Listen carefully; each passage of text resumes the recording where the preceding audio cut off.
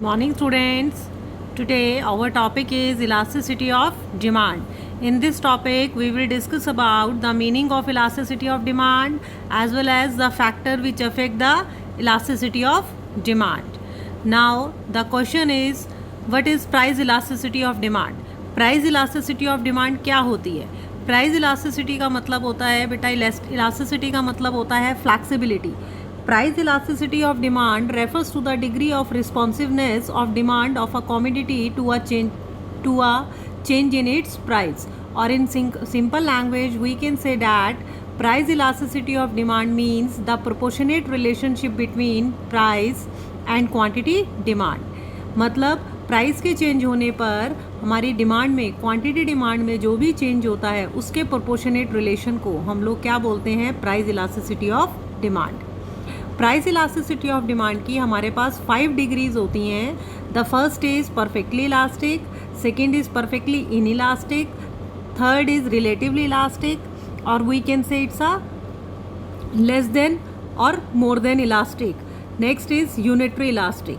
Clear? The first is perfectly elastic demand. Perfectly elastic demand क्या होती है?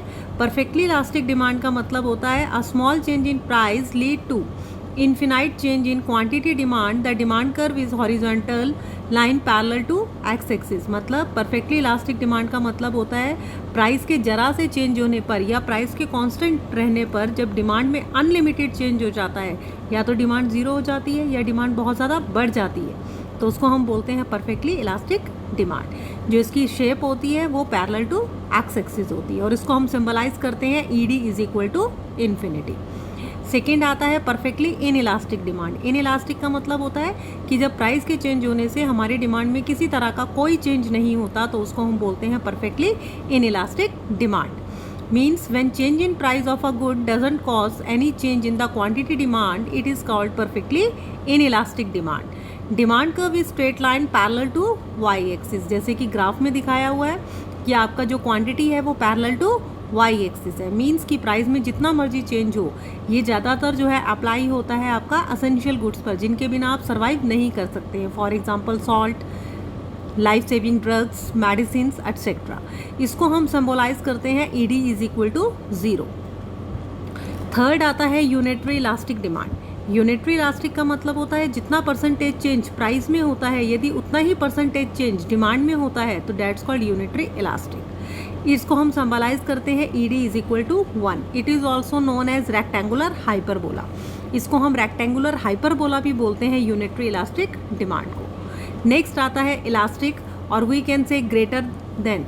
Greater than का मतलब होता है कि प्राइस के अंदर कम चेंज आता है लेकिन क्वांटिटी में, डिमांड में जो है ज़्यादा चेंज आता है तो उसको बोलते हैं हम इलास्टिक. इसको हम सिंबलाइज करते हैं ED मोर देन 1. नेक्स्ट आता है इन इलास्टिक और we can say that relative inelastic demand और लेस देन इलास्टिक डिमांड. इसका मतलब है कि प्राइस में ज़्यादा चेंज होता है और क्वांटिटी में कम चेंज होता है तो वो आपका कहलाता है इन इलास्टिक और लेस इलास्टिक. इसको हम सिंबलाइज करते हैं ED less than 1. Now the next question is what are the main factors which influence या which affect the elasticity of demand. हमारी इलास्टिसिटी ऑफ डिमांड जो है वो कई चीज़ों पर डिपेंड करती है.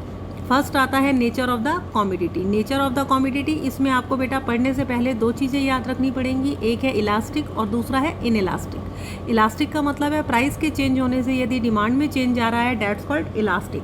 प्राइस के चेंज होने से डिमांड में कोई चेंज नहीं आ रहा है, इट मीन्स इन इलास्टिक. तो सबसे पहले डिपेंड करता है कि कमोडिटी का नेचर क्या है, वो असेंशियल गुड है या लग्जरियस गुड है. अगर असेंशियल गुड है, फॉर एग्जांपल मेडिसिन हो गया, सॉल्ट हो गया, जिनके बिना आप सर्वाइव नहीं कर सकते हो, फूड मटेरियल हो गया, तो उनकी डिमांड क्या होती है? In elastic. जितना मर्जी प्राइस बढ़ जाए आपकी डिमांड में कोई चेंज नहीं आता. दूसरी तरफ जो आपकी लग्जरियस गुड्स हैं या कंफर्टेबल गुड है, इनकी डिमांड क्या होती है? इलास्टिक है. क्यों? क्योंकि अगर आप इनको कंज्यूम नहीं करोगे, अगर मेरे घर में AC नहीं है, फ्रिज नहीं है, कूलर नहीं है, तो ऐसा नहीं है इनके बिना मैं मर जाऊंगी, सर्वाइव नहीं कर सकती. तो ऐसे गुड्स जिनके बिना आप सर्वाइव कर सकते हैं, ठीक है, तो वो वाले जो गुड होते हैं उनकी डिमांड क्या होती है? इलास्टिक. अगर प्राइस चेंज होता है, प्राइस बढ़ता है तो इनकी डिमांड में चेंज आता ही आता है. Next is proportion of income spent. आप अपनी इनकम का कितना पार्ट किसी चीज़ पर खर्च करते हो. यदि आप अपनी इनकम का ज़्यादा पार्ट किसी चीज़ पर खर्च करते हो तो उनकी डिमांड इलास्टिक होती है. ठीक है। यदि आप अपनी इनकम का छोटा सा पार्ट किसी चीज़ पर खर्च करते हो तो आप ऐसे खर्चों को बॉदर नहीं करते, तो उनकी डिमांड इनइलास्टिक होती है। जैसे सॉल्ट हो गया, मैच बॉक्स हो गया, पेंसिल हो गया। वैसे सॉल्ट एसेंशियल गुड में भी आता है, लेकिन सॉल्ट का प्राइस है और गुड्स के कंपैरेटिव में कम है। मैच बॉक्स हो गया, पेंसिल। अब मैच बॉक्स 5 रुपीज़ से बढ़कर 5.50 पैसा हो जाती है, तो आप इसकी जो है कंजप्शन को कम नहीं कर देते हो। तो डिपेंड करता है कि आपकी इनकम का कितना पार्ट आप किसी चीज़ पर स्पेंड कर रहे हो। नेक्स्ट इज सेवरल यूजेस या ऑल्टरनेटिव यूजेस। कुछ चीज़ें ऐसी होती हैं जिनके ऑल्टरनेटिव यूजेस होते हैं, ठीक है। जैसे कि इलेक्ट्रिसिटी हो गया, कोल हो गया, मिल्क हो गया, जिनके ऑल्टरनेटिव यूजेस होते हैं, बहुत सारे यूजेस होते हैं, उनकी डिमांड इलास्टिक होती है, क्योंकि प्राइस के चेंज होने पर, प्राइस के बढ़ने पर हम उनकी डिमांड को कम कर देते हैं। लेकिन अगर किसी चीज़ का एक ही यूज़ है, सिंगल यूज़ है, तो प्राइस के चेंज होने पर उसकी डिमांड में कोई चेंज नहीं आता, तो उसकी demand inelastic. Next is habits and addiction. कुछ चीज़ों की कंज्यूमर्स को क्या होती है, एडिक्शन होती है, हैबिट होती है। जैसे कुछ कंज्यूमर्स ऐसे होते हैं, कुछ लोग ऐसे होते हैं जिनको अल्कोहल की, सिगरेट की क्या होती है, एडिक्शन होती है, वो उसके एडिक्ट होते हैं।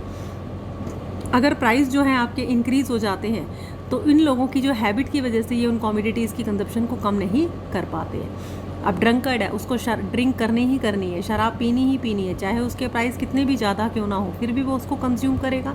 तो ऐसी कमोडिटीज़ जिनके लिए कंज्यूमर एडिक्ट है, उनकी डिमांड हमेशा इनइलास्टिक होती है। लेकिन जो ओकेजनली इन चीज़ों को कंज्यूम करते हैं, उनके लिए डिमांड क्या होती है, elastic. Next is income level. Income level का मतलब है कि जिनकी इनकम बहुत ज़्यादा है या बहुत कम है, उनकी डिमांड हमेशा इनइलास्टिक होती है। लेकिन जो मीडियम सेक्शन है, मीडियोकर सेक्शन है, उनकी डिमांड क्या होती है, इलास्टिक होती है। अब एक रिच पर्सन है, उसको गाड़ी लेनी है, गाड़ी जो है 5 लाख से बढ़कर 5.5 लाख हो गई, उसको कोई फ़र्क नहीं पड़ता क्योंकि वो ऑलरेडी रिच है। एक पुअर है, उसको कोई फ़र्क नहीं पड़ता क्योंकि वो पहले भी अफोर्ड नहीं कर सकता था, अब भी अफोर्ड नहीं कर सकता, तो उनकी डिमांड उसके लिए क्या हो गई, इनइलास्टिक। लेकिन जो मीडियोकर है, जिसने 1-1 रुपया करके 5 लाख इकट्ठे किए थे और अचानक से गाड़ी की रेट बढ़कर 5 से 5.5 हो जाए, तो उसकी डिमांड पर फ़र्क पड़ता है। Next is availability of closer substitute. जिन चीज़ों के क्लोजर सब्सिट्यूट अवेलेबल होते हैं, उनकी डिमांड क्या होती है, इलास्टिक। पेप्सी एंड कोक आपको बताया था, अगर पेप्सी का प्राइस बढ़ गया तो आप कोक को कंज्यूम करोगे, ठीक है। तो आपके पास सब्सिट्यूट है तो आपकी डिमांड क्या हो गई, इलास्टिक। लेकिन जिन चीज़ों का सब्सिट्यूट मार्केट में अवेलेबल नहीं है, उनकी डिमांड क्या होती है, inelastic. Now the next is how to calculate elasticity of demand by the help of numerical section. तो न्यूमेरिकल में हमारे पास बेटा एक फार्मूला होता है, परसेंटेज चेंज मेथड जिसको बोलते हैं, या प्रोपोर्शनेट मेथड बोलते हैं। इसके अंदर हम फार्मूला पुट करते हैं और फार्मूले का फार्मूला होता है हमारा ED is equal to percentage change in quantity demand upon में परसेंटेज चेंज इन प्राइस। वैसे ED के साथ माइनस का साइन होता है, कई बुक्स माइनस का साइन लगाते हैं या कई ऑटोमेटिकली इसको मान लेते हैं, क्योंकि डिमांड जो है हमारी माइनस में नहीं होती, इसलिए हम माइनस के साइन को इग्नोर करते हैं। तो ED is equal to delta Q upon में delta P multiplied by P upon में Q। डेल्टा Q का मतलब होता है change in quantity, delta P का मतलब होता है चेंज इन प्राइस। P का मतलब होता है ओरिजिनल या इनिशियल प्राइस, Q का मतलब होता है ओरिजिनल या इनिशियल क्वांटिटी। डेल्टा Q निकालने के लिए आप क्या करते हो, नई क्वांटिटी में से पुरानी क्वांटिटी को माइनस कर देते हो, मतलब Q1 माइनस में Q, और डेल्टा P निकालने के लिए आप करते हो P1 माइनस में P, मतलब new minus old. First question is the demand of the commodity falls by 40% due to rise in its price by 20%. Calculate price elasticity of demand. You have percentage method. The formula of the percentage method is percentage change in quantity demand upon में percentage change in price. So you have both the things, commodity as well as price. Then 40 upon में 20 is equal to 1. False हुआ है 40 upon में 20 is equal to 2. Fall हुआ है तो हमने यहाँ पर क्या कर दिया है, माइनस का साइन लगा दिया है, तो हमारा आंसर आ गया -2%। वैसे माइनस से माइनस क्लैश हो जाएगा, इस माइनस का कोई फ़ायदा भी नहीं है, ठीक है, क्योंकि माइनस के साइन को हम इग्नोर करते हैं। आप इसको हटा दो या लगा दो, नीचे आपको मेंशन करना पड़ेगा कि minus should be ignored. Next is the price of the commodity falls by 10%, the demanded increases from 40 to 60, calculate elasticity of demand. आपके पास फॉर्मूला है percentage change in quantity demand upon में परसेंटेज चेंज इन प्राइस।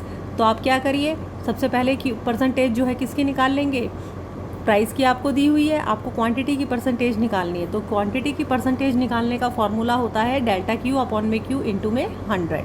तो delta Q upon में Q into में 100, आपने values put करी, delta Q निकाला। डेल्टा क्यू निकालने के लिए 60 माइनस में 40 इज इक्वल टू 20, 20 अपॉन में 40 इंटू में 100 is equal to 50%।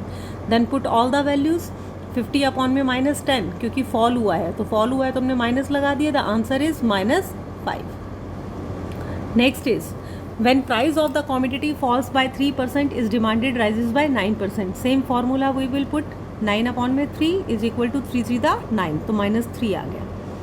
Now the next is the price of the commodity rises by 5%, its demand falls by 5%. Percentage change in quantity demand upon में percentage change in price. तो quantity आपकी 5% है, change in price आपका -5 है. 5 upon में -5 is equal to -1. Next is the price of the commodity increases from 10 to 15, the demand falls by 40%. Calculate elasticity of demand.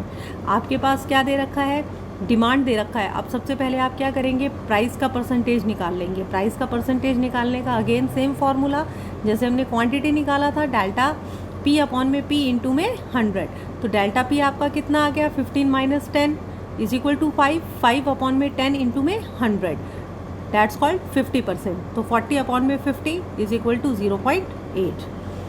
Now the next question is the price of the commodity falls for rupees 10 to 8. Its demand increases for 40 to 50. Now you have no percentage.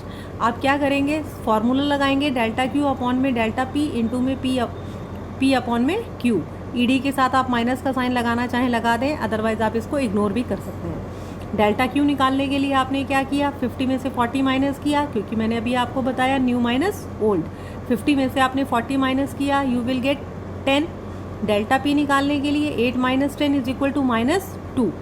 Look here, ED के साथ minus का sign होता है, तो आप क्या करेंगे, minus से माइनस को क्लैश कर देंगे. जो -2 आया है ईडी के सामने माइनस का साइन होता है, आप उसको क्लैश कर देंगे. तो आपका बन गया 10 अपॉन में 2 इंटू में 10 अपॉन में 40. आप इसको सॉल्व करेंगे, देन यू विल गेट 1.25.